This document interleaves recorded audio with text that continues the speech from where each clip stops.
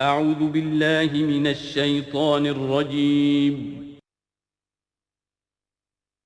بسم اللہ الرحمن الرحیم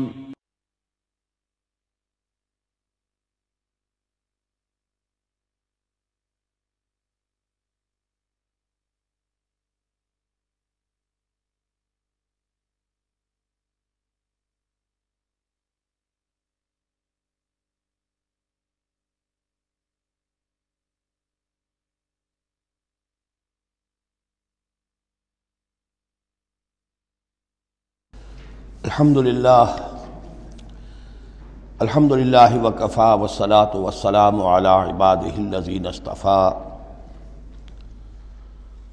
خصوصاً علی افضلہم وخاتم النبیین محمد الامین وعلی آلہ وصحبہ اجمعین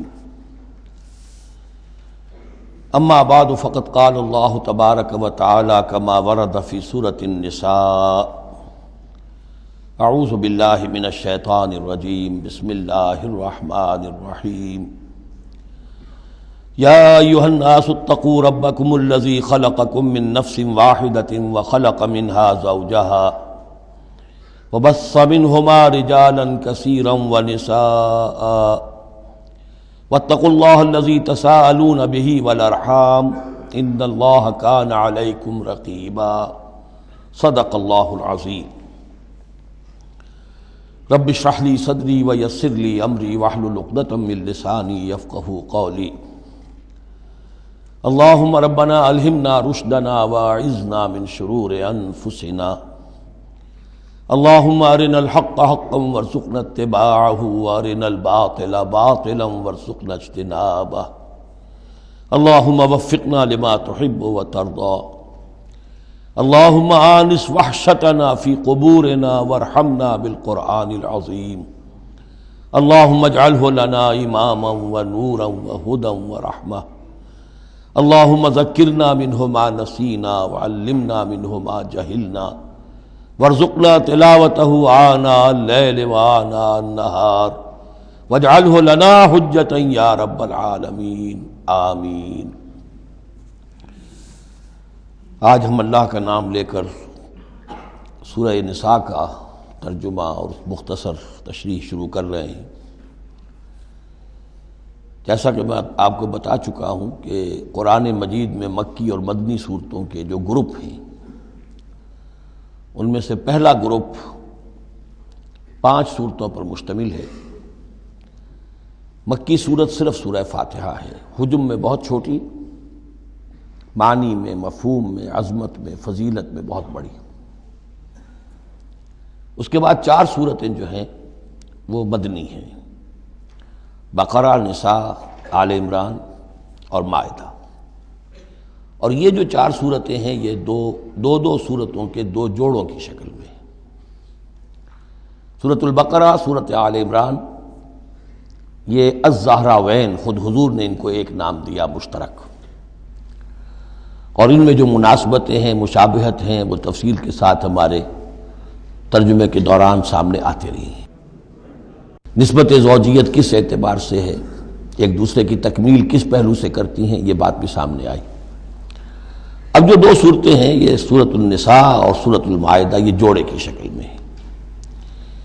ان میں ایک تو بڑا کنٹراسٹ نظر یہ آئے گا کہ سابقہ 2 صورتوں میں پہلے حروف مقطعات اور دونوں میں پھر قرآن مجید اور کتب سماویہ کی عظمت کا بیان، جبکہ ان دونوں صورتوں میں کوئی تمہیدی اس طرح کی گفتگو نہیں ہے، براہ راست خطاب ہو رہا ہے۔ البتہ یہ فرق ہے وہ نسبت زوجیت کے اعتبار سے کہ سورہ نساء میں خطاب ہے یا ایھا الناس، اے لوگو، خطاب عام ہے، اور سورۃ المائدہ کا آغاز ہوتا ہے یا ایھا الذین آمنوا، وہاں خاص ہے، انسانوں میں سے جو لوگ ایمان کے دعوے دار ہوں۔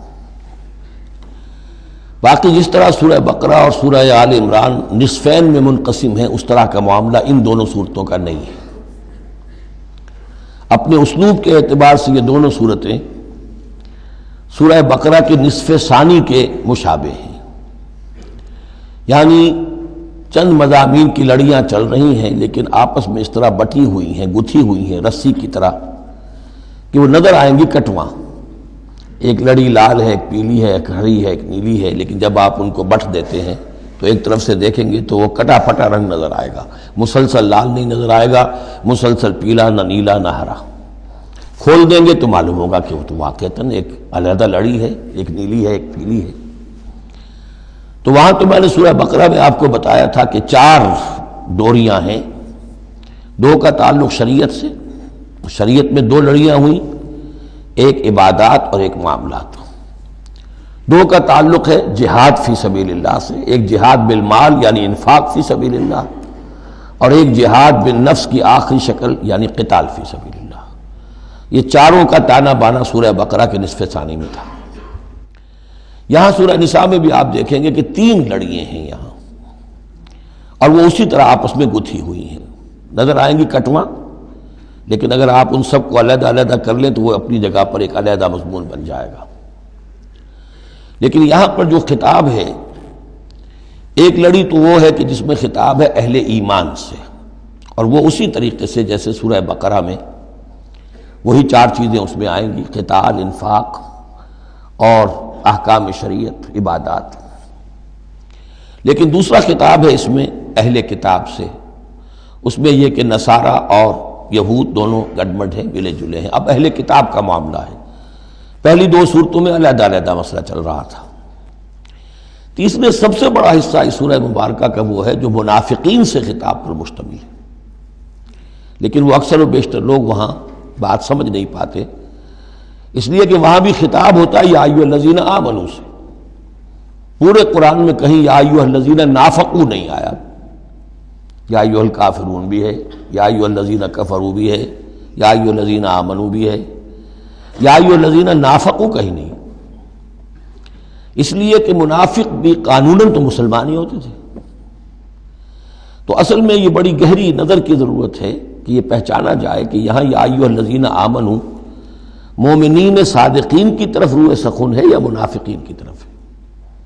اگر یہ فرق نہ کیا جائے تو بڑی غلط فہمی ہو جاتی ہے بعض مقامات پر، مثلا سورہ توبہ کے بعض مقامات ہیں یا ایھا الذین آمنوا ما لکم اذا قیل لکم انفروا فی سبیل اللہ ثاقلتم الی الارض، اہل ایمان تمہیں کیا ہو گیا جب تمہیں کہا جاتا ہے اللہ کی راہ میں نکلو تو تم بوجھل ہو جاتے ہو، زمین میں دھنسے جاتے ہو۔ تو اس سے ایک عام سوء ظن پیدا ہو سکتا ہے کہ شاید یہ عام مسلمانوں کا مسئلہ تھا، یہ عام مسلمانوں کا مسئلہ نہیں تھا، یہ منافقین کا مسئلہ تھا۔ روح سخن وہاں منافقین کی طرف ہے، مومنین صادقین تو ہر وقت اس کے لیے آمادہ رہتے تھے کھلے دل کے ساتھ کہ واپس نہیں پھیرا کوئی فرمان جنوں کا، تنہا نہیں لوٹی کبھی آواز جرس کی، وہ تو تیار ہر وقت تھا۔ تو اصل میں یہ دیکھنا ہوتا ہے کہ کس آیت میں رخ کس کی طرف ہے۔ اس اعتبار سے یہ سورہ مبارک کا اہم ترین ہے، لیکن سورہ بقرہ میں تو پورے میں لفظ نفاق آیا ہی نہیں۔ یہ حکمت خداوندی ہے کہ اس مرض کو پہلے چھپا کے رکھا ہے، کہ علامات تو بیان کر دی کہ یہ بیماری ہے، تاکہ جو بھی متنبہ ہو جائے وہ اپنے علاج کی طرف متوجہ ہو جائے۔ لیکن یہ کہ جو لوگ نہیں متوجہ ہوئے، معلوم ہوا کہ اب ان کو تھوڑا سا نمایاں کرنا ضروری ہے، بات عریاں کر کے کرنی پڑے گی۔ تو سورہ آل عمران میں 1-2 جگہ نفاق کا لفظ آ گیا، لیکن یہاں اب جو سب سے بڑا مضمون ہے سورہ بقرہ میں وہ منافقین کا ہے۔ یوں سمجھیے کہ 176 جو اس کی آیات ہیں، اس میں سے 55 آیتیں ہیں کہ جن کا جو میرا تجزیہ ہے روح سخن ہے مومنین صادقین کی طرف، صرف 37 آیات ہیں کہ جن میں خطاب ہے اہل کتاب سے، یہود اور نصارہ سے مشترک طور پر، اور 84 آیات ہیں جن میں خطاب منافقین سے۔ لیکن وہی بات جو میں نے عرض کی کہ جہاں بھی ان سے بات ہوگی یا ایھا الذین آمنوا کے حوالے سے ہوگی، اس لیے کہ ایمان کے دعوے دار تو وہ بھی تھے، منافق تو وہی ہوتا ہے کہ جو دعویٰ کرتا ہے ایمان کا، چاہے وہ شعوری طور پر منافق ہو چاہے غیر شعوری طور پر منافق ہو، لیکن یہ کہ دعویٰ ایمان تو اس میں موجود ہوگا۔ سورہ نساء اور سورہ مائدہ کے مابین ایک فرق نوٹ کر لیجئے۔ انسانی تمدن میں سب سے بنیادی چیز جو ہے وہ ہے معاشرہ، اور معاشرے میں عورت اور مرد کا تعلق، اور نمبر 2 جو معاشرے میں کچھ کمزور طبقات ہوتے ہیں ان کے لحاظ کا خیال، ان کے حقوق کا لحاظ کرنا۔ یہ مضمون آپ کو ملے گا سورہ نساء میں۔ آئلی قوانین تفصیل سے آ چکے سورہ بقرہ میں، جو رشتہ جڑتا ہے ایک مرد و عورت کے مابین ازدواج کا، جس سے کہ پھر خاندان وجود میں آتا ہے، تو وہ جو سب سے بنیادی یونٹ ہے معاشرے کا، اس کی جڑ بنیاد کا تو سارا تفصیل سے معاملہ آ چکا ہے سورہ بقرہ میں۔ سورہ آل عمران اس اعتبار سے منفرد ہے کہ اس میں شریعت کے احکام نہیں ہیں سوائے اس ایک حکم کے جو سود کے بارے میں آیا ہے، لا تاکلوا الربا اضعافا مضاعفا، کوئی اور احکام شریعت جو ہے اس میں نہیں ہے۔ لیکن یہاں اب آپ کو جو تمدن کی معاشرتی سطح کے اوپر خاص طور پر جو دبے ہوئے پسے ہوئے طبقات تھے اس معاشرے میں، ان کی ایمینسیپیشن، ان کو اوپر اٹھانا، ان کے حقوق کی طرف متوجہ کرنا، یہ آپ کو نظر آئے گا۔ پھر اس معاشرے کے اندر سیکس کا معاملہ، اگر سیکشول انارکی ہو تو تباہی پھیل جائے گی، تو اس میں ابتدائی اقدامات جو ہیں وہ اس صورت کے اندر آئے ہیں۔ سیکس ڈسپلن کیسے امپوز کرنا ہے مسلمانوں تمہیں اپنے معاشرے کے اندر، بے راہ روی سے کیسے ڈیل کرنا ہے۔ تو اس طریقے سے تمدن کی جو بنیادی جو منزل ہے اس پر گفتگو ہو رہی ہے۔ سورہ مائدہ میں جا کر پھر جو تمدن کی بلند ترین منزل ہے ریاست، اور یہ کہ پھر اعلیٰ سطح کے اوپر عدالتی نظام، چوری ڈاکہ وغیرہ کا سد باب، اس کے لیے کیا حدود ہیں، اس کے لیے کیا تعزیرات ہیں، یہ بھی آگے آئیں گی۔ باقی سورہ نساء میں جیسے ہے ویسے ہی سورہ مائدہ میں بھی اہل کتاب سے بھی آخری خطاب ہوگا۔ تو جیسا کہ میں نے عرض کیا تھا کہ یہ پہلا گروپ جو ہے اس میں دو لڑیاں ہیں، ایک ہے یہ شریعت کا گروپ ہے، شریعت شروع ہو رہی ہے، بلو پرنٹ اس کا سورہ بقرہ سے، اس کے تکمیلی احکام سورہ مائدہ میں، اور دوسرا اس میں خطاب ہے اہل کتاب کے ساتھ، وہ بھی تدریجاً بڑھ کر آخری باتیں وہ ہے کہ جو پھر سورہ مائدہ میں ہمیں ملیں گی۔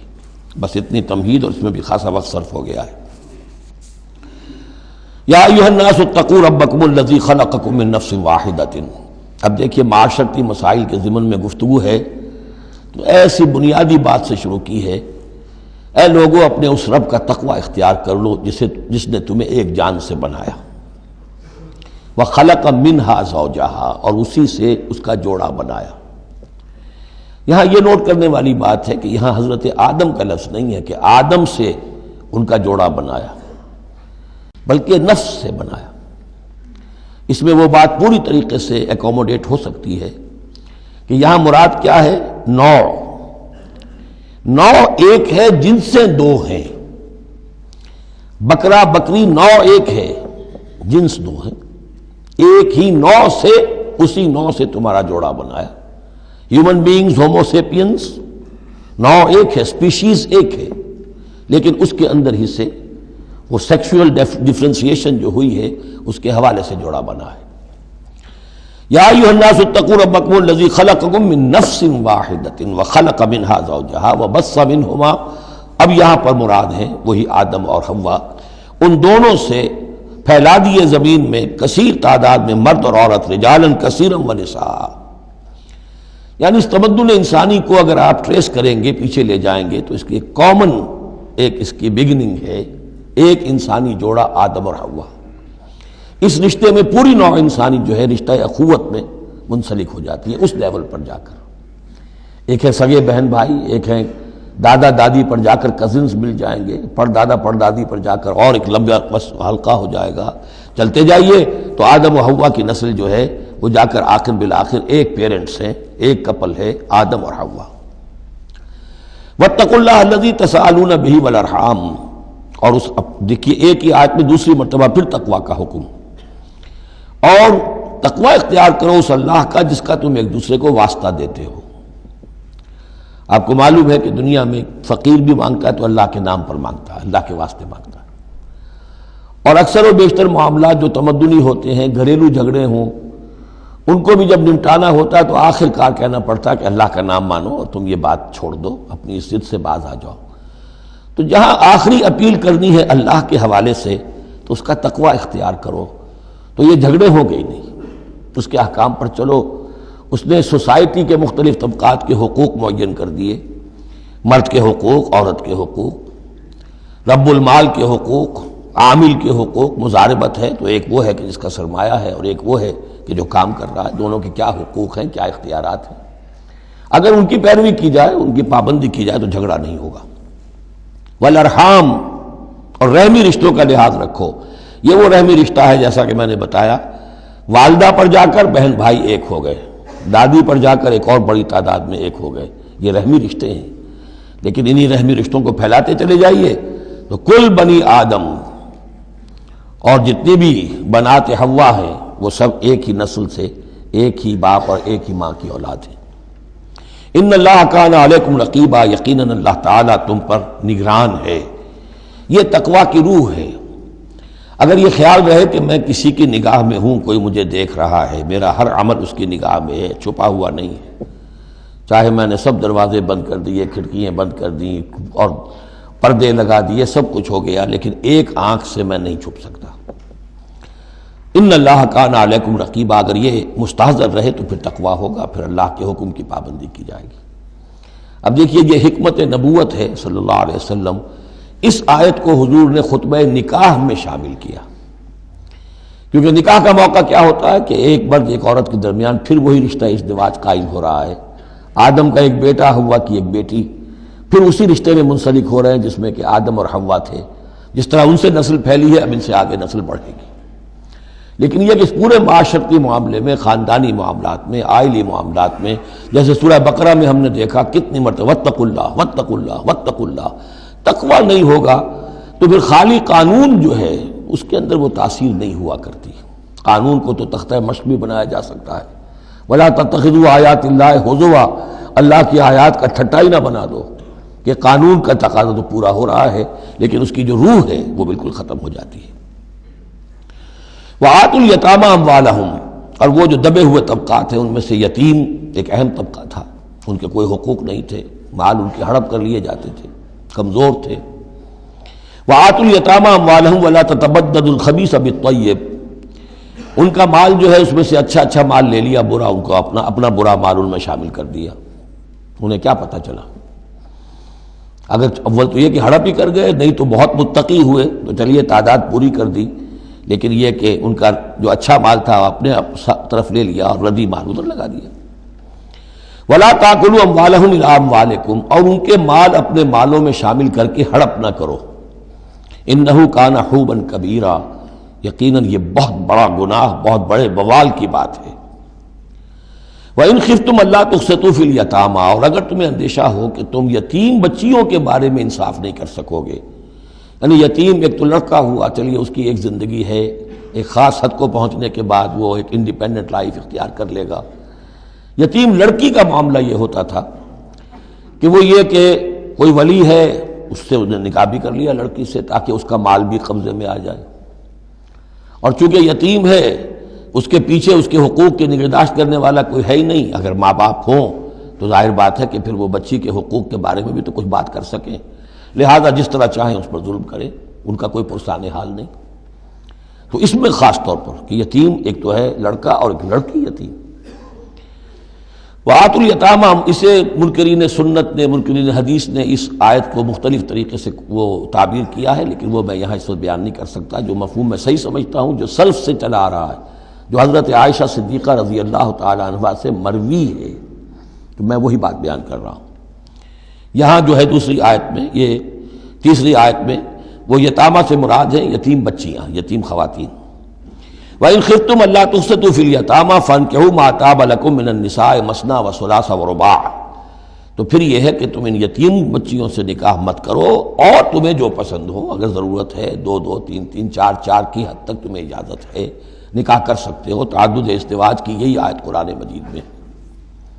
لیکن یتیم بچیوں کے تم ولی بن کر کہیں اور ان کی شادی کرو تاکہ ان کے حقوق کے لیے پاسبان بن کر تم کھڑے ہو سکو، ورنہ یہ کہ تم نے انہیں اپنے گھروں میں ڈال لیا تو پھر ان کے حقوق کا کون ہوگا جو باز پرس کر سکے تم سے۔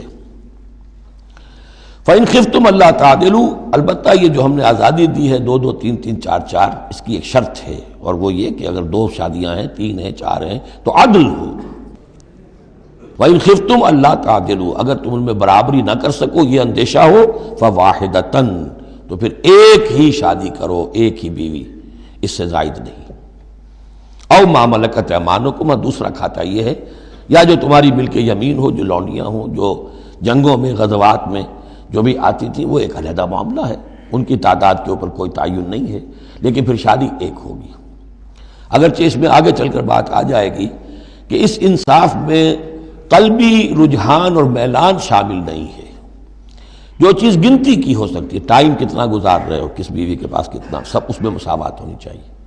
نان نفقہ کیا دے رہے ہو، کپڑے کیسے دے رہے ہو، ان تمام چیزوں میں جو کاؤنٹ ہو سکتی ہیں، جو مادی چیزیں ہیں، جو دیکھی بھالی جا سکتی ہیں، اس میں انصاف اور عدل لازم ہے۔ البتہ دلی رجحان اور میلان جس پر کہ انسان کو قابو نہیں ہوتا، اس میں گرفت نہیں ہے۔ ذالک ادنیٰ اللہ تعولوا، یہ اس سے قریب تر ہے کہ تم ایک ہی طرف کو نہ جھک پڑو، کہ ایک ہی بس بیوی کی طرف سارا میلان ہے، رجحان ہے۔ اور جیسا کہ آگے آئے گا کہ دوسری جو ہے یا دوسری جو ہیں وہ معلق ہو کر رہ گئی ہیں کہ نہ وہ شوہروں والی ہیں اور نہ وہ آزاد ہیں کہ کہیں اور نکاح کریں۔ وَآتُوا النِّسَاءَ صَدُقَاتِهِنَّ نِحْلًا، اور عورتوں کو ان کے مہر خوش دلی کے ساتھ دیا کرو، اس کو تاوان سمجھ کے نہ دیا کرو۔ یہ صدقات جو ہے صداق کی جمع ہے، اور صدقے کی جمع ہے صداقات، دال پر زبر ہو تو صدقے کی جمع، اور دال پر پیش ہے صدقات تو یہ صداق کی جمع ہے۔ فَإِن تِبْنَ لَكُمْ عَنْ شَيْءٍ مِّنْهُ نَفْسًا، پھر اگر وہ خود اپنی مرضی سے، اپنی رضامندی سے اس میں سے کوئی چیز تمہیں دے دیں، تم نے مہر جو انہیں دیا تھا وہ تم نے ادا کر دیا، اب وہ تمہیں کوئی ہبہ کر رہی ہیں، تمہیں اس میں سے کوئی چیز جو ہے ہدیہ کر رہی ہیں، تحفہ دے رہی ہیں، تو کوئی حرج نہیں۔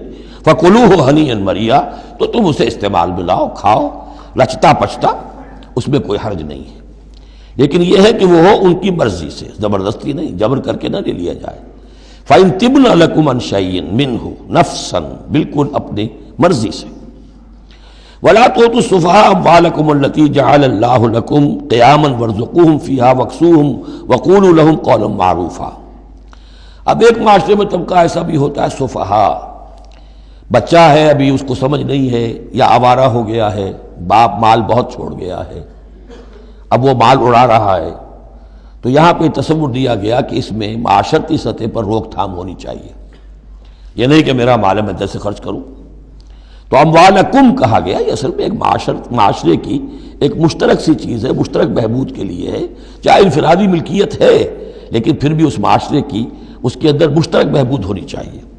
مت پکڑا دو ناسمجھوں کو یا بے وقوفوں کے اپنے مال، جن کو اللہ تعالیٰ نے تمہارے لیے دنیا کے گزران کا ذریعہ بنایا ہے۔ وَارْزُقُوهُمْ فِيهَا، ہاں انہیں رزق دیتے رہو اس میں سے، وَاكْسُوهُمْ کھلاتے رہو پلاتے رہو، وَقُولُوا لَهُمْ قَوْلًا مَّعْرُوفًا، اور ان سے بات کیا کرو البتہ نرم اچھے انداز میں۔ یہ اصول تھا جس کے تحت کہ برٹش انڈیا میں کورٹ آف وارز مقرر ہو جاتے تھے، کہ اگر کوئی بڑا جاگیردار ہے، کوئی نواب ہے اور وہ فوت ہو گیا، اس کا بیٹا جو ہے آوارہ ہے اور اس کی جو اندیشہ ہے کہ اسے کچھ اڑا دے گا، ختم کر دے گا، تو کورٹ آف وارز ہو جاتا تھا۔ حکومت جو ہے وہ اس کا چارج لے لیتی تھی، اس کے لیے سالانہ اس میں سے اس کی آمدنی میں سے وظیفہ ہوتا تھا، اس میں اپنا خرچ کرے، لیکن یہ ہے کہ باقی چیزیں جمع رہتی تھی تاکہ یہ ان کی آئندہ نسل کے کام آ سکے۔ وَابْتَلُوا الْيَتَامَىٰ حَتَّىٰ إِذَا بَلَغُوا النِّكَاحَ، اور یتیموں کی دیکھ بھال کرتے رہو، جانچ پرکھ کرتے رہو، دیکھتے رہو کہ ان کے اندر کبھی شعور پیدا ہو گیا یا نہیں۔ فَإِنْ آنَسْتُم مِّنْهُمْ رُشْدًا، تو جب تم دیکھو ان میں کہ اب یہ باشعور ہو گئے ہیں، سمجھدار ہو گئے ہیں، فَادْفَعُوا إِلَيْهِمْ أَمْوَالَهُمْ، تو ان کے اموال ان کے حوالے کر دو۔ وَلَا تَأْكُلُوهَا إِسْرَافًا وَبِدَارًا أَن يَكْبَرُوا، اور دیکھو اس مال کو کھانے کی کوشش نہ کرو، ہڑپ نہ کرو جلدی سے، کہ ایسا نہ ہو کہ بچے جوان ہو جائیں تو یہ مال تو دے ہی دینا ہے میں نے، تو اس سے پہلے جتنا بھی اس کو میں کھا جاؤں کھا لوں۔ وَمَنْ كَانَ غَنِيًّا فَلْيَسْتَعْفِفْ، اگر کوئی جو ولی ہے یتیم کا وہ غنی ہے، اللہ نے اسے خود دے رکھا ہے، کشائش ہے اس کے پاس، تو پھر اسے یتیم کے مال میں سے کچھ بھی لینے کا حق نہیں ہے، پھر اسے یتیم کے مال سے بچتے رہنا چاہیے۔ وَمَنْ كَانَ فَقِيرًا، اور اگر کوئی خود تنگ دست ہے، محتاج ہے، اب ظاہر بات ہے وہ یتیم کی کوئی نگہداشت بھی کر رہا ہے، اس کا کچھ وقت بھی اس پہ صرف ہو رہا ہے، تو فَلْيَأْكُلْ بِالْمَعْرُوفِ، تو معروف طریقے سے بھلے انداز میں، جو کہ معقول انداز ہو، اس میں سے اگر وہ یتیم کے مال میں سے کچھ کھا بھی لے تو کوئی حرج نہیں ہے۔ اسلام کی تعلیم بڑی فطری ہے، اس کے اندر وہ بندشیں نہیں ہیں کہ جو ان نیچرل ہوں، جن پر عمل کرنا ناممکن ہو جائے۔ فَإِذَا دَفَعْتُمْ إِلَيْهِمْ أَمْوَالَهُمْ، اور جب تم ان کے مال ان کے حوالے کر دو، فَأَشْهِدُوا عَلَيْهِمْ، تو گواہ بنا لو کہ یہ چیزیں تھیں جو آج کی تاریخ میں میری تحویل میں تھی، آج تک میں نے ان کے حوالے کر دی۔ وَكَفَى بِاللَّهِ حَسِيبًا، باقی اللہ تعالیٰ کافی ہے حساب لینے کے لیے. یہ دنیا کا معاملہ ہے، اس کے لیے لکھت پڑھت شہادت، باقی اصل حساب تو تمہیں اللہ کے ہاں جا کے دینا ہے. لِلرِّجَالِ نَصِيبٌ مِّمَّا تَرَكَ الْوَالِدَانِ وَالْأَقْرَبُونَ، مردوں کے لیے بھی حصہ ہے اس میں سے کہ جو ترکہ چھوڑا ہو، جو وراثت چھوڑی ہو والدین نے اور رشتہ داروں نے. وَلِلنِّسَاءِ نَصِيبٌ مِّمَّا تَرَكَ الْوَالِدَانِ وَالْأَقْرَبُونَ، اور عورتوں کا بھی حصہ ہے اس میں سے جو والدین کی وراثت ہے، جو انہوں نے ترک کیا ہے، ان کا ترکہ ہے، اور رشتہ داروں کا. یہاں پہلی مرتبہ اب عورت کو وراثت کا حق دیا جا رہا ہے، ورنہ عرب کے معاشرے میں عورت کا کوئی حق وراثت نہیں تھا. یہاں پہ فرمایا گیا کہ مما قل منہ او کثر، چاہے وہ وراثت تھوڑی ہو چاہے زیادہ ہو، قانون جو ہے اللہ کا اس کو اس کے اوپر پورے طور سے نافذ ہونا چاہیے. نصیبا مفروضہ، اور یہ حصہ ہے اللہ کی طرف سے فرض کیا گیا. اب میں آپ کو نوٹ کراؤں گا کتنی مرتبہ یہ تاکید ہو رہی ہے اس قانون وراثت کی، اور آپ اگر ساتھ ہی دیکھتے رہیں کہ کتنی دھجیاں اس کی بکھرتی ہیں ہمارے معاشرے کے اندر، کوئی ان کا لحاظ نہیں. اور بڑا جو ہمارا خاص طور پر ایک علاقہ ہے کہ جہاں ویسے نماز روزہ بہت ہوتا ہے، وہ بیٹیوں کو کوئی وراثت میں کوئی حصہ دینے کے لیے وہ کسی صورت تیار نہیں ہوتے. شریعت کے کچھ چیزیں جو ہیں وہ بہت اہم ہیں، اور شریعت کی یہ چیزیں جو ہیں کس قدر تاکید کے ساتھ آ رہی ہیں، یہ کہتے ہیں یہ رواج کے تحت ہوگا. وَإِذَا حَضَرَ الْقِسْمَةَ أُولُو الْقُرْبَىٰ، اور جب وراثت کی ترکے کی تقسیم ہو رہی ہو تو اب اگر وہاں کچھ قرابت دار بھی آ جائیں، والیتامى، یتیم بھی آ جائیں، والمساکین، کچھ محتاج بھی آ جائیں، فارزقوہم منہ وقولوا لہم قولا معروفا، تو انہیں بھی کچھ دے دلا دو اس میں سے، کیونکہ اس وقت دیکھ رہے ہیں تقسیم ہو رہی ہے، وہ بالکل محتاج ہیں، تو احساس محرومیت جو ہے اس کو کسی نہ کسی درجے میں جو بھی اس کے اندر کچھ ان کی بداوا ہو سکتا ہو کرو. وَقُولُوا لَهُمْ قَوْلًا مَعْرُوفًا، ان سے بات کرو تو بڑے اچھے انداز میں، جھڑکو نہیں کہ ہماری وراثت تقسیم ہو رہی تم کون آ گئے یہاں پہ. وَلْيَخْشَ الَّذِينَ لَوْ تَرَكُوا مِنْ خَلْفِهِمْ، ڈرتے رہنا چاہیے ان لوگوں کو کہ اگر انہوں نے بھی چھوڑے ہوتے اپنے پیچھے ذُرِّيَّةً ضِعَافًا، چھوٹے بچے، اپنی نسل چھوڑ کر اگر وہ گئے ہوتے اور یتیم بچے ہوتے ان کے، خافوا علیہم، تو کیسے کیسے اندیشے ہونے ہوتے اپنے ان بچوں کے بارے میں. فلیتقوا اللہ، تو انہیں چاہیے کہ اللہ کا تقوی اختیار کریں کہ یہ یتیم جو اس وقت آ گئے یہ بھی کسی کے بچے ہیں، کوئی ان کا بھی باپ تھا، ان کے سر پر ہاتھ رکھو. ولیقولوا قولا سدیدا، اور بڑی صاف اور ستھری اور صحیح اور حق پر مبنی بات کرو. ان الذین یاکلون اموال الیتامی ظلما، یقیناً وہ لوگ کہ جو یتیموں کا مال ہڑپ کرتے ہیں ناحق، انما یاکلون فی بطونہم نارا، وہ اپنے پیٹوں میں بھر رہے ہیں آگ، وسیصلون سعیرا، اندر کی آگ تو اپنے پیٹوں میں ڈال رہے ہیں اور سموچے وہ خود آگ میں ڈال دیے جائیں گے. تو گویا کہ ایک آگ ان کے اندر ہوگی اور ایک جہنم کی آگ ان کے باہر ہوگی. یہ 10 آیتیں بڑی جامع ہیں، اور جس طریقے سے کہ سوسائٹی کے جو پسماندہ طبقات تھے ایک ایک کا خیال کر کے جس باریک بینی سے حکمت کے ساتھ احکام دیے جا رہے ہیں. اب اس کے بعد جو رکوع ہے یہ بڑا مختصر ہے، آیتیں 4 ہیں لیکن ایک قیامت مضمر ہے ان میں، یہ اعجاز ہے. 4 آیتوں کے اندر اسلام کا پورا قانون وراثت جس پہ پوری جلدیں لکھی گئی، جامعیت کی انتہا ہے. یوصیکم اللہ فی اولادکم، اللہ تعالیٰ تمہیں وصیت کرتا ہے تمہاری اولاد کے بارے میں. للذکر مثل حظ الانثیین، لڑکے کے لیے حصہ ہے 2 لڑکیوں کے برابر. فإن كن نساء فوق اثنتین فلہن ثلث ما ترک، اور اگر صرف بیٹیاں ہی بیٹیاں ہوں اور 2 یا 2 سے زائد ہوں تو ان کو 2/3 میں حصہ ملے گا. وإن كانت واحدة فلها النصف، اور اگر ایک ہی بیٹی ہے تو اسے آدھا ملے گا. ظاہر بات ہے بیٹا ایک ہی وارث ہوگا تو پورے کا وارث ہو جائے گا، تو جب بیٹی کا حصہ بیٹے سے آدھا ہے تو اگر ایک ہی بیٹی ہے تو اسے آدھی وراثت ملے گی، آدھی پھر اور لوگوں کو جائے گی، وہ ایک الگ حصہ ہے، معاملہ ہے. وَلِأَبَوَيْهِ لِكُلِّ وَاحِدٍ مِّنْهُمَا السُّدُسُ مِمَّا تَرَكَ إِن كَانَ لَهُ وَلَدٌ. اب یہ وراثت میں ایک تو ہے نیچے وراثت بیٹا بیٹی، اور ایک ہے اوپر والد والدین. جب اب وہ بھی زندہ ہے، فوت ہوا ہے کوئی شخص، اس کے والدین یا والد یا والدہ دونوں میں سے کوئی ایک زندہ ہے، ان کا بھی حصہ ہے. وَلِأَبْوَيْهِ لِكُلِّ وَاحِدٍ مِّنْهُمَا، اس کے والدین کے لیے ہر ایک کے لیے ان میں سے چھٹا حصہ ہے اس کے ترکے میں سے، مما ترک ان کان لہو ولد، اگر اس کے اولاد ہے. ایک شخص لاولد مر گیا ہے تو اور بات ہوگی، اولاد ہے تو چھٹا یعنی 1/3 حصہ والدین کو چلا گیا، 2/3 جو ہے اولاد میں تقسیم ہوگا. فَإِن لَّمْ يَكُن لَّهُ وَلَدٌ، اور اگر اس کی اولاد ہے ہی نہیں، لا ولد، فوت ہو رہا ہے، وَوَرِثَهُ أَبَوَاهُ، اور اس کے وارث اس کے والدین ہی ہیں، فَلِأُمِّهِ الثُّلُثُ، تو ماں کو 1/3 اور باپ کو 2/3، وہ مرد کا باپ ماں سے عورت سے دگنا ہو جائے گا۔ فَإِن كَانَ لَهُ إِخْوَةٌ، اور اگر اس کے بہن بھائی ہو، فَلِأُمِّهِ السُّدُسُ مِن بَعْدِ وَصِيَّةٍ يُوصِي بِهَا أَوْ دَيْنٍ، تو پھر ماں کا حصہ جو ہے وہ پھر اور کم ہو جائے گا، چھٹا حصہ رہ جائے گا سلس کی بجائے، تاکہ باپ کی طرف سے تو پھر بھائیوں کو وراثت جا سکے گی اس کے، لیکن ساتھ فرما دیا من بعد وصیت یوصی بہا او دین، وراثت کی تقسیم سے پہلے 2 کام کر لینے ہوں گے کہ اگر کوئی وصیت کی ہے اس وصیت کو پورا کیا جائے، اگر کوئی دین ہے جو فوت ہوا ہے، اس پر کوئی قرض ہے، وہ ادا کیا جائے، پھر جو ہے وراثت ادا ہوگی۔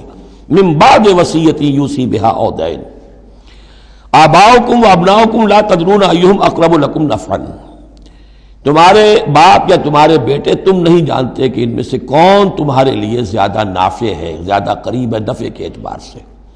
فریضۃ من اللہ، یہ تم اپنی عقلوں کو چھوڑو، اللہ کی طرف سے یہ فرض ہے، فریضۃ من اللہ، یعنی آدمی سمجھے میرے بوڑھے والدین ہیں، خام خواہ ان کے لیے حصہ کائے کو رکھ دیا ہے، کھا پی چکے، زندگی گزار چکے، وراثت تو ملنی چاہیے اولاد کو، بیٹا بیٹی کو، نہیں، اللہ کا حکم مانو۔ آباؤکم و ابناؤکم لا تدرون ایہم اقرب لکم نفعا فریضۃ من اللہ ان اللہ کان علیما حکیما، یقیناً اللہ تعالی علیم اور حکیم ہے، اس کا کوئی حکم علم اور حکمت سے خالی نہیں۔ وَلَكُمْ نِصْفُ مَا تَرَكَ أَزْوَاجُكُمْ إِن لَّمْ يَكُن لَّهُنَّ وَلَدٌ، اور تمہارا حصہ تمہاری بیویوں کے ترکے میں سے آدھا ہے اگر ان کے کوئی اولاد نہ ہو، بیوی فوت ہو رہی ہے اور اس کے کوئی اولاد نہیں ہے تو جو کچھ چھوڑ رہی ہے اس میں سے نصف جو ہے شوہر کا ہو جائے گا، باقی نصف جو ہے وہ بیوی کے بھائیوں وغیرہ کو جائے گا، لیکن شوہر کا نصف ہو گیا۔ فَإِن كَانَ لَهُنَّ وَلَدٌ، اور اگر اس کی اولاد ہے، فَلَكُمُ الرُّبُعُ مِمَّا تَرَكْنَا، پھر تمہارے لیے 1/4 حصہ ہوگا اس میں یہ جو اس نے چھوڑا ہے، باقی 3/4 اس کی اولاد میں تقسیم ہو جائے گا۔ من بعد وصیت یوصین بہا او دین، اور یہ بھی ہوگا وصیت کی ایگزیکیوشن کے بعد، اور اگر کوئی قرض ہے تو اس کی ادائیگی کے بعد۔ وَلَهُنَّ الرُّبُعُ مِمَّا تَرَكْتُمْ، اور جو کچھ تم چھوڑو، مرد شوہر فوت ہو گیا ہے تو اس کی وراثت میں سے بیویوں کا حصہ ہے 1/4، ان لم یکن لکم ولد، اگر تمہارے کو اولاد نہیں ہے۔ فَإِن كَانَ لَكُمْ وَلَدٌ، اور اگر تمہارے اولاد ہے، فَلَهُنَّ الثُّمُنُ مِمَّا تَرَكْتُمْ مِن بَعْدِ وَصِيَّةٍ تُوصُونَ بِهَا أَوْ دَيْنٍ، تو پھر تو ان کے لیے 8واں حصہ ہے۔ اگر تمہارے لیے اولاد ہے تو تمہاری بیوی کے لیے پھر 8واں حصہ ہے تمہارے ترکے میں سے، من بعد وصیت توصون بہا او دین، اس وصیت کو تکمیل کے بعد جو تم نے کی ہو یا قرض جو تمہارے ذمہ ہو ادا کرنے کے بعد۔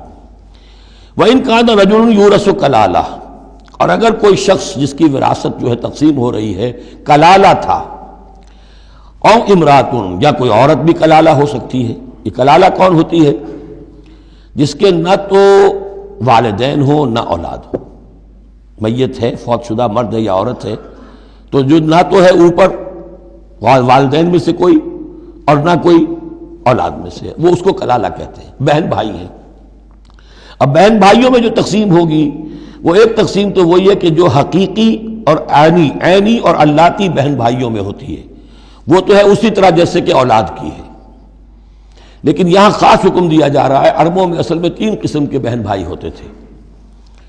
ایک عینی وہ ہے، باپ بھی وہی ہے مشترک، ماں بھی وہی ہے، جنہیں ہم حقیقی کہتے ہیں، ہمارے ہاں حقیقی بھائی، حقیقی بہن، یعنی والدین دونوں مشترک ہیں۔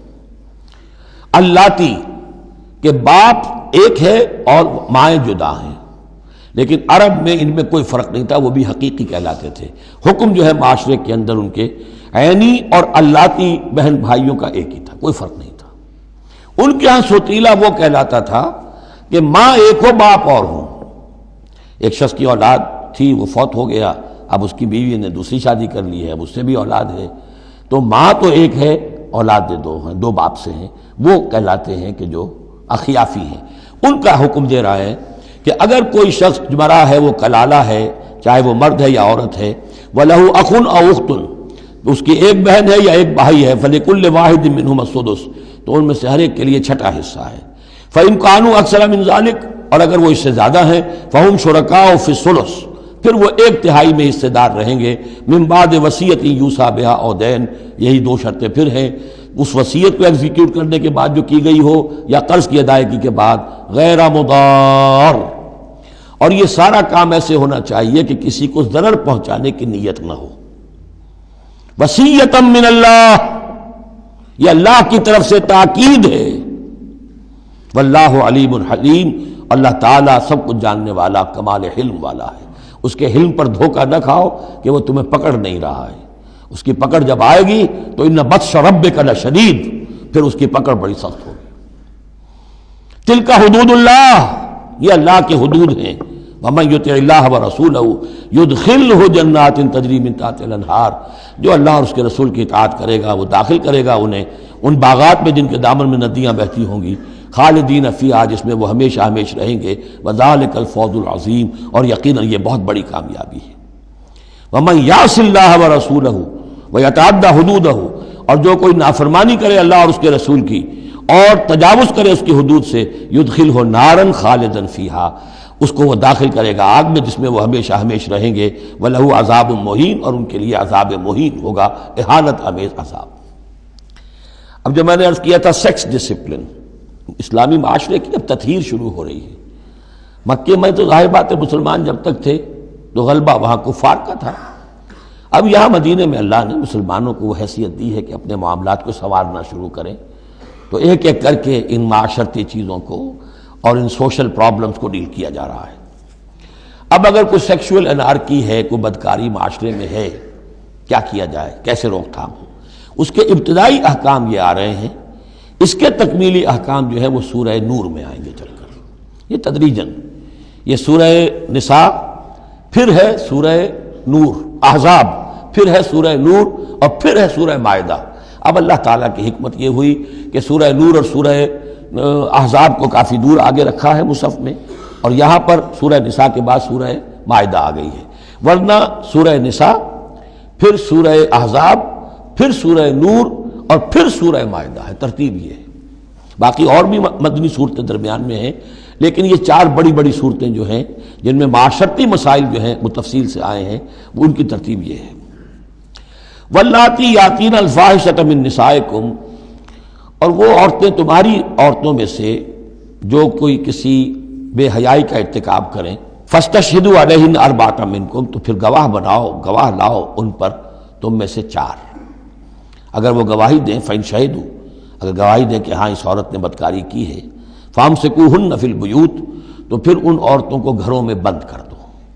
حتی یتوفاہن الموت، یہاں تک کہ موت ان کو لے جائے. یتوفاہن الموت، موت ان کو لے جائے، موت ان کا قصہ پاک کرے. او یجعل اللہ لہن سبیلا، یا اللہ ان کے لیے کوئی اور راستہ نکال دے. وہ راستہ نکالنا ہے جو سزا کی پھر بعد میں نصاب آ گیا کہ اگر اس کو پھر سزا دے دی جائے، حد جاری کر دی جائے تو پھر آزاد ہو جائے گی. لیکن ابھی ابتدائی حکم ہے. یہاں معلوم ہوتا ہے کہ یہ ایسی لڑکیوں کا یا عورتوں کا تذکرہ ہے کہ جو مسلمانوں میں سے تھیں لیکن ان کا بدکاری کا معاملہ کسی یہودی سے ہو گیا ہو یا کسی ایسے شخص سے ہو گیا ہو جو ابھی مسلمان نہیں ہے. تو یہ ان کا یک طرفہ کہ ہے وہ کوئی مسلمان لڑکی یا خاتون جس کا معاملہ ہے، لیکن دوسرا جو پہلو ہے، دوسرا جو اس عمل کا جو شریک ہے وہ غیر مسلم ہے. واللذان یاتیانہا منکم، اور اگر وہ دونوں تمہیں میں سے ہو، مرد بھی اور عورت بھی، فآذوہما، تو ان دونوں کو پھر اذیت دو، تکلیف دو، انہیں سزا دو.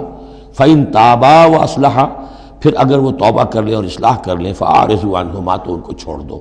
ان اللہ کان توابا رحیما، یقیناً اللہ تعالیٰ بہت توبہ کا قبول فرمانے والا اور رحیم ہے. یہ بالکل ابتدائی احکام ہیں، اسی لیے ان کی وضاحت میں، تفسیروں میں آپ کو بہت سے اقوال مل جائیں گے، اس لیے کہ اصل میں تو یہ پھر آخر میں جا کر یہ سب منسوخ شمار ہوں گے جبکہ حدود آ گئی پوری کی پوری. جیسے کہ وصیت کا وہ حکم جو سورہ بقرہ میں آیا تھا وہ اب ساقط ہو گیا جبکہ قانون وراثت آ گیا. اب وہ آیت آئی ہے کہ جو بہت بڑی حکمت کی آیت ہے، جس کا حوالہ اس سے پہلے بھی میں نے کبھی دیا ہے. انما التوبۃ علی اللہ للذین یعملون السوء بجہالۃ، اللہ کے ذمے ہے توبہ قبول کرنا ایسے لوگوں کی جو کوئی برا حرکت کر بیٹھتے ہیں جہالت اور نادانی میں. ثم یتوبون من قریب، پھر فوراً توبہ کرتے ہیں.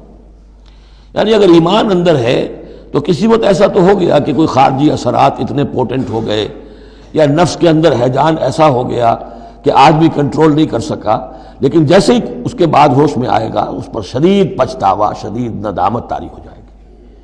تو اس کے لیے یہ کہ وہ توبہ کرے تو اللہ تعالیٰ اس کی توبہ قبول فرمائے گا۔ فَأُولَٰئِكَ يَتُوبُ اللَّهُ عَلَيْهِمْ، تو اللہ تعالیٰ ایسے لوگوں کی توبہ قبول فرمائے گا۔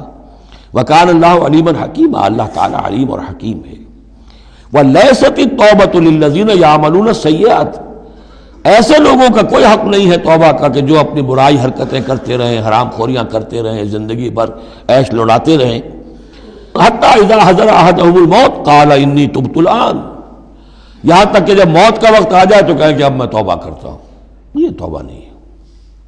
وَلَلَّذِينَ يَمُوتُونَ وَهُمْ كُفَّارٌ، اسی پر قیاس کر لیجئے جو مر بھی گئے کفر کی حالت میں، ان کی توبہ کا کوئی سوال ہی نہیں۔ اولئک اعتدنا لهم عذابا الیما، ایسے لوگوں کے لیے تو ہم نے دردناک عذاب تیار کر رکھا ہے۔ یا ایھا الذین آمنوا لا یحل لکم ان ترثوا النساء کرہا، اہل ایمان تمہارے لیے جائز نہیں ہے کہ تم عورتوں کو زبردستی وراثت میں لے لو۔ یہ بھی اس عورتوں کے طبقے پر جو شدید ظلم ہوتا تھا، کیونکہ پالیگیمی عام تھی، ایک شخص ہے فوت ہوا ہے، 4 ہیں 5 بیویاں ہیں، اب فرض کیجئے کہ جو بیٹا ہے بڑا جو وارث بن گیا ہے، اب باقی اس کی حقیقی ماں تو ایک ہی ہے، باقی سوتیلی مائیں وہ ان کو وراثت میں لے لیتا تھا کہ میرے قبضے میں رہیں گی یہ، بلکہ ان سے شادیاں بھی کر لیتے تھے، بغیر شادی اپنے گھروں میں ڈالے رکھتے تھے، یا پھر یہ کہ اختیار اپنے ہاتھ میں رکھ کر ان کی شادی کہیں کرتے تھے تو خود مہر لیتے تھے۔ اس طرح کے معاملات کرتے تھے، عورتوں کے ساتھ یہ ظلم ہوتے تھے۔ یا ایھا الذین آمنوا لا یحل لکم ان ترثوا النساء کرہا، اہل ایمان تمہارے لیے جائز نہیں ہے کہ تم عورتوں کے وارث بن بیٹھو زبردستی۔ ولا تعضلوہن لتذهبوا ببعض ما آتیتموہن، اور نہ تمہارے لیے یہ جائز ہے کہ تم ان کا راستہ روک کے رکھو انہیں، تاکہ تم واپس لے لو ان سے جو کچھ کہ تم نے انہیں دیا ہے۔ اب نکاح کیا تھا اس وقت تو بڑے چاؤ تھے اور لاڈ تھے اور کیا کیا دے دیا تھا، اور اب جو ہے اس سے وہ واپس ہتھیانے کے لیے طرح طرح کے ہتھ کنڈے استعمال ہو رہے ہیں، انہیں تنگ کیا جا رہا ہے، ٹارچر کیا جا رہا ہے، ذہنی طور پر تکلیف پہنچائی جا رہی ہے۔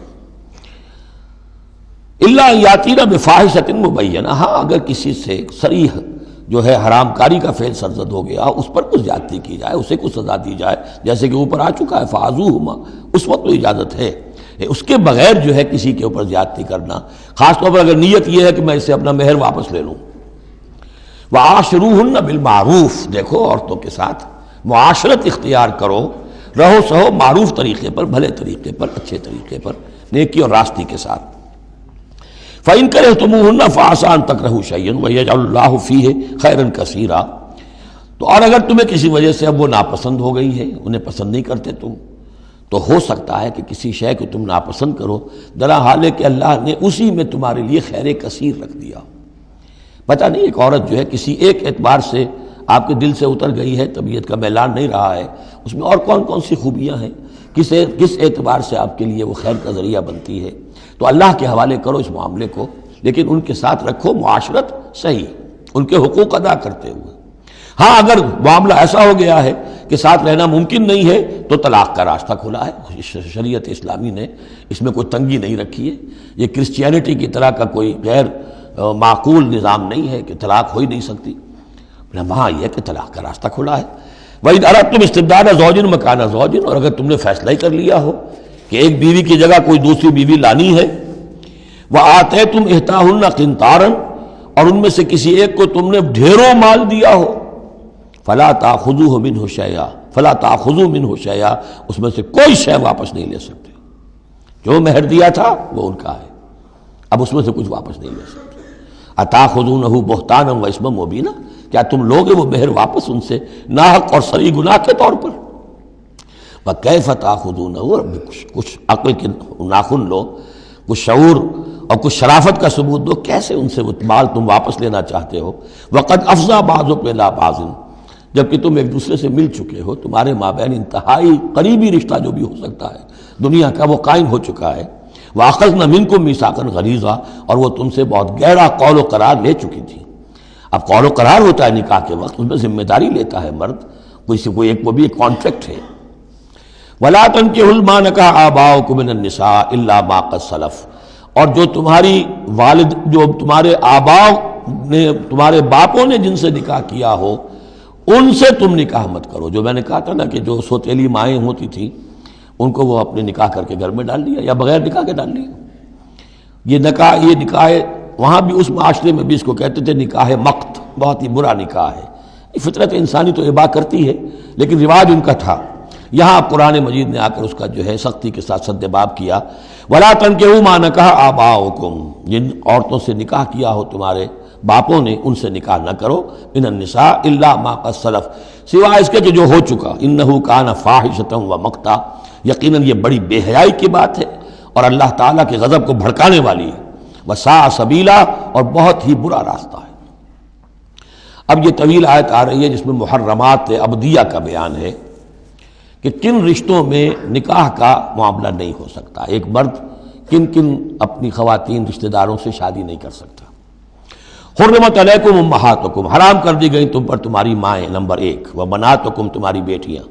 واخواتکم، اور تمہاری بہنیں. وعماتکم، اور تمہاری پھوپھیاں.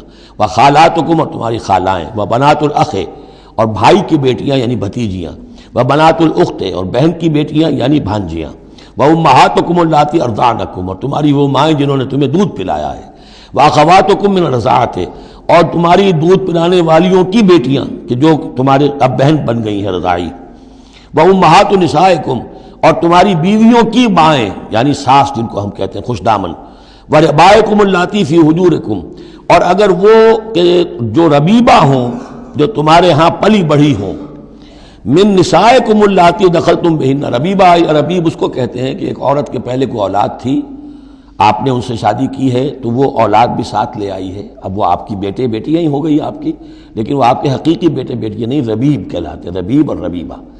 تو وہ ربیب اور ربیبہ بھی حرام ہیں اگر اس جو ماں ہے اس کے ساتھ مقاربت کی ہو. اگر اس کے ساتھ تعلق زن و شہ ہوا ہے تو پھر وہ ربیبہ جو ہے بچی جو آئی تھی اس کے ساتھ وہ بھی حرام ہو گئی.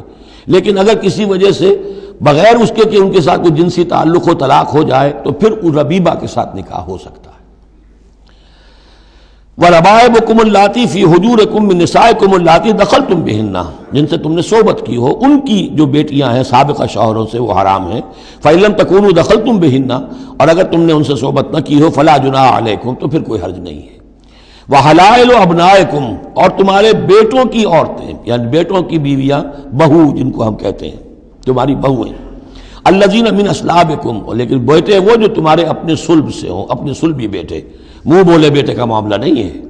وَأَن تَجْمَعُوا بَيْنَ الْأُخْتَيْنِ، اور یہ بھی تم پر حرام کیا گیا ہمیشہ کے لیے کہ بیک وقت دو بہنوں کو جمع کرو ایک نکاح میں.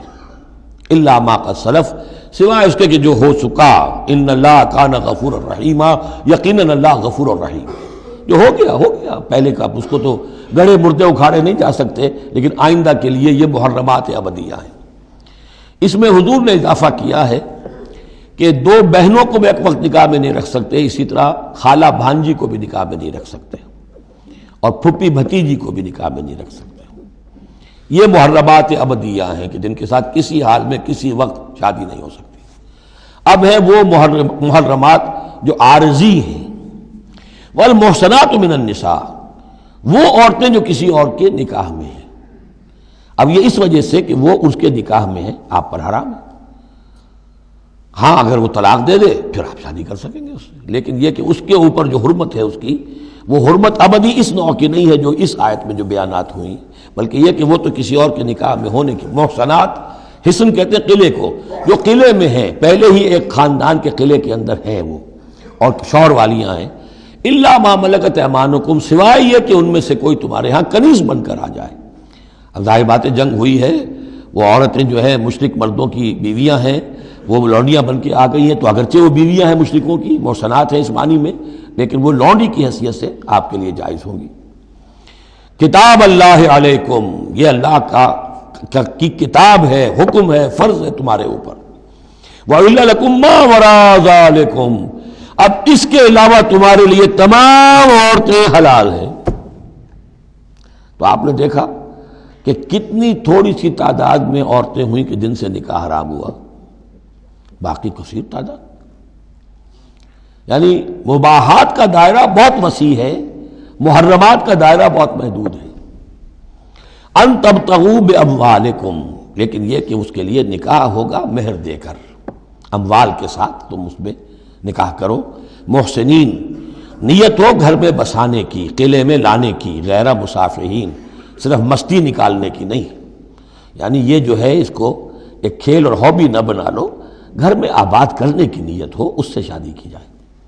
مَسْتَمْتَعْتُمْ بِهِ مِنْهُنَّ فَآتُوهُنَّ أُجُورَهُنَّ، تو جو بھی تم نے ان سے استفادہ کیا ہے تو انہیں ان کے مہر جو ہے مقرر ہوئے ہیں، فریضۃً، وہ دو۔ وَلَا جُنَاحَ عَلَيْكُمْ فِي مَا تَرَاضَيْتُمْ بِهِ مِنْ بَعْدِ الْفَرِيضَةِ، اس میں کوئی حرج نہیں ہے کہ کسی مہر کے مقرر ہونے کے بعد اگر باہمی رضامندی سے اس میں کوئی کمی بیشی ہو جائے۔ ان اللہ کان علیما حکیما، یقیناً اللہ تعالی علیم ہے اور حکیم ہے۔ وَمَن لَّمْ يَسْتَطِعْ مِنكُمْ طَوْلًا أَن يَنكِحَ الْمُحْصَنَاتِ الْمُؤْمِنَاتِ، اور جو کوئی تم میں سے اتنی استطاعت نہ رکھتا ہو، مقدرت نہ رکھتا ہو کہ مومن محسنہ عورتوں سے شادی کر سکے۔ اب محسن دو معنی میں آتا ہے، ایک خاندانی لڑکی، شریف لڑکی، خاندانی آزاد گھرانے کی کہ اسے گھر کا قلعہ حاصل ہے، اور ایک شادی شدہ عورت کے جو ایک شوہر کے قلعے کے اندر ہے، ایک ہے خاندان کا قلعہ، خاندان کی پروٹیکشن حاصل ہے، سپورٹ حاصل ہے، تو وہ عورت جو ہے وہ محسنہ ہے۔ اسی طرح وہ عورت کے جو شوہر کے گھر میں ہے، ایک قلعے میں ہے، اس کے گھر میں ہے، اس کی حفاظت میں ہے، وہ بھی محسنہ ہے۔ پہلے تھا وہ دوسری معنی میں یعنی شادی شدہ، یہاں مراد ہے شریف زادیاں، آزاد مسلمان عورتیں۔ اب ظاہر بات ہے آزاد مسلمان عورتوں کا تو مہر ادا کرنا پڑے گا، اس حوالے سے اب کوئی بیچارہ مفلس ہے، نہیں دے سکتا ہے تو کیا کرے۔ وَمَن لَّمْ يَسْتَطِعْ مِنكُمْ طَوْلًا أَن يَنكِحَ الْمُحْصَنَاتِ الْمُؤْمِنَاتِ فَمِمَّا مَلَكَتْ أَيْمَانُكُمْ، تو جو لونیاں ہیں ان سے نکاح کر لو، مِن فَتَيَاتِكُمُ الْمُؤْمِنَاتِ، جو تمہاری مومن جو لونیاں ہوں، فَأَنكِحُوا وَاللَّهُ أَعْلَمُ بِإِيمَانِكُمْ، باقی یہ کہ کون مومن ہے اور نہیں ہے یہ اللہ بہتر جانتا ہے۔ مراد یہ ہے کہ جو بھی قانونی اعتبار سے مسلمان ہیں، جس کے تم ایک دوسرے کو مسلمان سمجھتے ہو، بعضکم من بعض، تم سب ایک دوسرے ہی میں سے ہو، فَأَنكِحُوهُنَّ بِإِذْنِ أَهْلِهِنَّ، تو ان سے تم نکاح کرو ان کے مالکوں کی اجازت سے۔ اب ظاہر بات ہے وہ لونڈی ہے زید کی، تو زید اس سے جنسی تعلق قائم کر سکتا ہے، لیکن یہاں اب ایک شخص اس سے اجازت لے رہا ہے کہ میں آپ کی اس لونڈی سے نکاح کرنا چاہتا ہوں، اگر اجازت دے دی اب زید کا تعلق منقطع ہو جائے گا، اب وہ اس لونڈی اس کی اس اعتبار سے اس کے کام میں نہیں آ سکتی، بلکہ وہ اب منقوہ ہو جائے گی ایک مسلمان کی، اس لیے بِإِذْنِ أَهْلِهِنَّ۔ اور اس میں پیش نظر رکھیے کہ ایک معاشرہ تھا، بالفعل یہ شکلیں تھیں، یہ نہیں کہا جا رہا یہ شکلیں پیدا کرو۔ اصل بات کیا ہے کہ جو معاشرہ تھا جس میں کہ قرآن نے اصلاح کا عمل شروع کیا ہے، تو اس میں کیا کیا صورتحال تھی، کس کس اعتبار سے اس میں بہتری پیدا کی گئی تدریجاً۔ فَانكِحُوهُنَّ بِإِذْنِ أَهْلِهِنَّ وَآتُوهُنَّ أُجُورَهُنَّ بِالْمَعْرُوفِ، انہیں بھی ان کے جو مہر ہیں تھوڑے ہوں گے، وہ دو معروف طریقے پر دو۔ محسنات غیر مسافحات، ان سے بھی جو تعلق ہے یہ نکاح کا ہوگا تو نیت ہونی چاہیے گھر میں بسانے کی، محض مستی نکالنے کی اور شہوت رانی کی وہ نیت نہ ہو۔ ولا متخذات اخدان، اور نہ ہی کوئی چوری چھپی کی دوستیاں اور یاریاں ہوں، یہ نہیں، کھلم کھلا نکاح ہو، معلوم ہو کہ فلاں کی لونڈی ہے۔ جیسے حضرت سمیہ رضی اللہ تعالی عنہ، یہ ابو جہل کا چچا تھا، ایک شریف انسان تھا، اس کی لونڈی تھی۔ پھر جب یہ یاسر آئے ہیں یمن سے اور آباد ہوئے مکے میں، تو انہوں نے اس کے ابو جہل کے چچا سے اجازت لے کر اور ان کی لونڈی سمیہ سے شادی کی ہے۔ ان سے پھر حضرت عمار ہوئے، عمار ابن یاسر اور عمار کی والدہ سمیہ رضی اللہ تعالی عنہم، یہ تین کا ایک کنبہ تھا۔ وہ شریف آدمی مر گیا تو پھر ابو جہل جو ہے اس کو اختیار ہو گیا ان پر، اس نے پھر جو پرسیکیوٹ کیا ہے وہ آپ کو معلوم ہے، اس خاندان کو بدترین جو ایذائیں دی گئی ہیں وہ اس خاندان کو دی گئی۔ فَإِذَا أُحْصِنَّ، پھر جب وہ قید نکاح میں آ جائیں، فَإِنْ أَتَيْنَ بِفَاحِشَةٍ، پھر اگر وہ کوئی غلط کام کریں، اگر کوئی وہ جو ہے بے حیائی کا کام کریں، فَعَلَيْهِنَّ نِصْفُ مَا عَلَى الْمُحْصَنَاتِ، تو انہیں آدھی سزا دی جائے گی اس کی کہ جو شادی شدوں کو دی جائے گی۔ اب یہ جو ہے چونکہ ابتدائی احکامات ہیں، ابھی تک تو رجم کا حکم آیا ہی نہیں ہے، ابھی تک 100 کوڑوں کا حکم بھی نہیں آیا ہے، ابھی تو یہ تھا آزوہما، تو کوئی بھی انہوں نے اپنا طریقہ مقرر کر لیا ہے کہ اتنا کچھ ہم ماریں گے، تو اس میں البتہ ذہن میں رکھا جائے کہ اس میں یہ ہے کہ جو یہ لونڈی ہے منکوحہ، اس کو اگر سزا دینی ہے اسی طرح کی جرم کی تو اس کی سزا بھی عادی ہوگی، اس لیے کہ ایک شریف خاندان کی عورت جس سے پروٹیکشن حاصل ہو، اس کا معاملہ اور ہے، اور ایک اس بیچاری غریب یعنی اس کا لونڈی کا معاملہ اور ہے۔ ذالک لمن خشی العنت منکم، یہ رعایت بھی کہ مسلمان لونڈیوں سے نکاح کر لو، یہ بھی تمہارے لیے، تم میں سے ان لوگوں کے لیے ہے کہ جنہیں اندیشہ ہو فتنے میں پڑنے کا، جو اپنی شہوت اور جنسی جذبے کو روک نہ سکتے ہو، کہ اگر ان کے لیے نکاح کی کوئی شکل نہیں بنتی ہے تو ہو نہ جائے کہ کہیں کسی غلط کام میں وہ ملوث ہو جائیں، ورنہ یہ کہ وان تصبروا، اگر تم صبر کرو تو چونکہ عام طور پر جو باندیاں تھیں ان کا کردار اونچا نہیں تھا اس معاشرے میں، تو بہتر یہ ہے کہ ان سے نکاح کرنے سے تم بچو اور تعفف کرو، اس میں بہتری ہے۔ وان تصبروا خیر لکم، اور اگر تم صبر کرو تو یہ تمہارے حق میں بہتر ہے۔ واللہ غفور الرحیم، اللہ غفور الرحیم ہے۔ یرید اللہ لیبین لکم، اب یہ چونکہ کچھ احکام آ رہے ہیں تو ایک فلسفے کی باتیں آ رہی ہیں اب چند۔ بسا اوقات ایسا ہوتا ہے کہ احکام کو انسان اپنے اوپر بوجھ سمجھنے لگتا ہے، یہ کرو یہ نہ کرو، یہ کرو یہ نہ کرو، تو آدمی کی طبیعت ہے، فطرت ہے، یہ بات سے محسوس کرتا ہے۔ بلکہ عیسائی تو میں نے ایک مرتبہ 1970 میں تقریر سنی تھی، کرسمس گزاری تھی لندن میں، تو انہوں نے کہا تھا کہ شریعت لعنت ہے، خواہ ایک انسان کو یہ حرام ہے، یہ حرام ہے، یہ حرام ہے، رک نہیں سکا ہے، اب دل اس کا میلا ہو جائے گا، گلٹی کانشنس ہو جائے گا، گلٹی کانشنس سے اس کے اندر جو ہے وہ نیگیٹو سائیکالوجی ڈیولپ ہونی شروع ہو جائے گی۔ یہ ساری گندگی کہاں سے پیدا ہوئی کہ آپ نے حرام حلال کا فلسفہ چھیڑ، سب حلال کرو چھٹی ہو جائے گی۔ تو ایسے ایسے فلسفے بھی دنیا میں ہیں، اور یہ میں نے تقریر سنی 1970 میں لندن میں کرسمس کے دنوں میں۔ یرید اللہ لیبین لکم، اللہ تعالیٰ چاہتا ہے کہ تمہارے لیے ان چیزوں کو واضح کر دے۔ وَيَهْدِيَكُمْ سُنَنَ الَّذِينَ مِن قَبْلِكُمْ، اور تمہیں ہدایت دے ان راستوں کی کہ جو تم سے پہلے کے لوگوں کے تھے۔ وَيَتُوبَ عَلَيْكُمْ، اب اس میں دونوں طرف جائے گا، پہلے کے نیکوکار بھی تھے، پہلوں کے بدکار بھی تھے۔ نیکوکاروں کا راستہ تم اختیار کرو، صراط الذین انعمت علیہم، اور دوسرے راستوں سے تم بچ سکو۔ وَيَتُوبَ عَلَيْكُمْ، اللہ چاہتا ہے تمہارے اوپر، تم پر عنایت فرمائے۔ واللہ علیم الحکیم، اللہ تعالیٰ سب کچھ جاننے والا، کمال حکمت والا ہے۔ واللہ یرید ان یتوب علیکم، دوبارہ پھر وہی، اللہ چاہتا ہے تم پر مہربانی فرمائے۔ ویرید الذین یتبعون الشہوات، اور وہ لوگ کہ جو شہوات کی پیروی کرتے ہیں وہ چاہتے ہیں ان تمیلوا میلا عظیما، کہ تم تو ایک طرف غلط راستے سے دور تک تمہارا جو ہے رجحان ہو جائے اور ادھر ہی تم بھٹکتے چلے جاؤ۔ آج جو بھی ہے عورت کی آزادی کی بنیاد پر، ایمانسیپیشن کی بنیاد پر، یہ ساری چیزیں جو ہو رہا ہے، ویمن لب ہے، یہ سب کا سب در حقیقت ان حدود اور قیود کو توڑ کر، اور سارا یہ جنسی جو ہے انارکی پھیلانے کی ایک سازش ہے جو دنیا میں چل رہی ہے۔ یرید اللہ ان یخفف عنکم، تم یہ نہ سمجھو کہ بوجھ ڈال رہا اللہ تم پر، اللہ تم پر تخفیف چاہتا ہے۔ جب تم ان چیزوں پر عمل نہیں کرو گے، معاشرے میں بدگمانیاں پھیلیں گی، فساد ہوگا، گندگیاں ہوں گی، جھگڑے ہوں گے، بدگمانیاں ہوں گی، یہ سارا کچھ ہوگا، تو اللہ تو تمہارے لیے آسانی چاہتا ہے۔ وَخُلِقَ الْإِنسَانُ ضَعِيفًا، اور انسان پیدا کیا گیا ہے کمزور، اس کے اندر کمزوری کے پہلو بھی ہیں۔ جہاں بہت اونچا پہلو ہے، روح ربانی پھونکی گئی ہے، وہاں یہ نفس بھی تو اس کے اندر ہے، اور اس کے اندر جو ہے ضعف کے پہلو موجود ہیں۔ یا ایھا الذین آمنوا لا تاکلوا اموالکم بینکم بالباطل، اہل ایمان اپنے مال آپس میں باطل طریقے سے ہڑپ نہ کرو، الا ان تکون تجارتا عن تراض، سوائے اس کے کہ تجارت ہو تراض منکم، تمہاری باہمی رضامندی سے۔ یہ جوتا ہے 200 روپے کا ہے، آپ کو منظور ہے 200 دیجئے، جوتا لے لیجئے، یہ آپ کی باہمی رضامندی سے سودا ہے، وہ ہو گیا۔ لیکن یہ کہ اس سیدھے سادے اور صحیح اور طریقے پر، ایک ظاہر بات ہے کچھ نہ کچھ تو آپ نے نفع اس میں سے کمایا ہے، آپ نے محنت کی ہے، کہیں سے لائے ہیں، سٹور کیا ہے، دکان کا کرایہ دیا ہے، لیکن اس کو وہ گرج نہیں کرے گا۔ لیکن جھوٹ بول رہے ہیں، خدا کی قسم کھا رہے ہیں کہ میں نے تو اتنے کر لیا، اب یہ ہو گیا، تم آپ نے اپنی ساری محنت بھی ضائع کی اور آپ نے حرام کما لیا۔ اور یا کوئی اور طریقے ہیں، مال ہڑپ کر رہے ہیں، دھوکہ دے رہے ہیں۔ یا ایھا الذین آمنوا لا تاکلوا اموالکم بینکم بالباطل الا ان تکون تجارتا عن تراض منکم ولا تقتلوا انفسکم، اور نہ اپنے آپ کو قتل کرو، یعنی ایک دوسرے کو قتل کرو۔ تمدن کی جڑ دو چیزوں پر ہے، احترام جان، احترام مال۔ میرے لیے آپ کا مال محترم ہے، آپ کی جان محترم ہے، میں اسے کوئی گدن نہ پہنچاؤں۔ آپ کے لیے میرا مال، میری جان، میرا جسم محترم ہے، اسے کوئی گدن نہ پہنچائے۔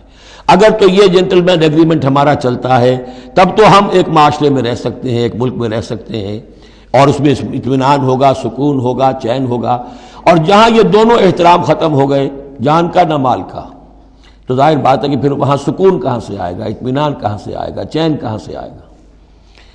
ولا تقتلوا انفسکم ان اللہ کان بکم رحیما، یقیناً اللہ تعالی تم پر بہت ہی مہربان ہے۔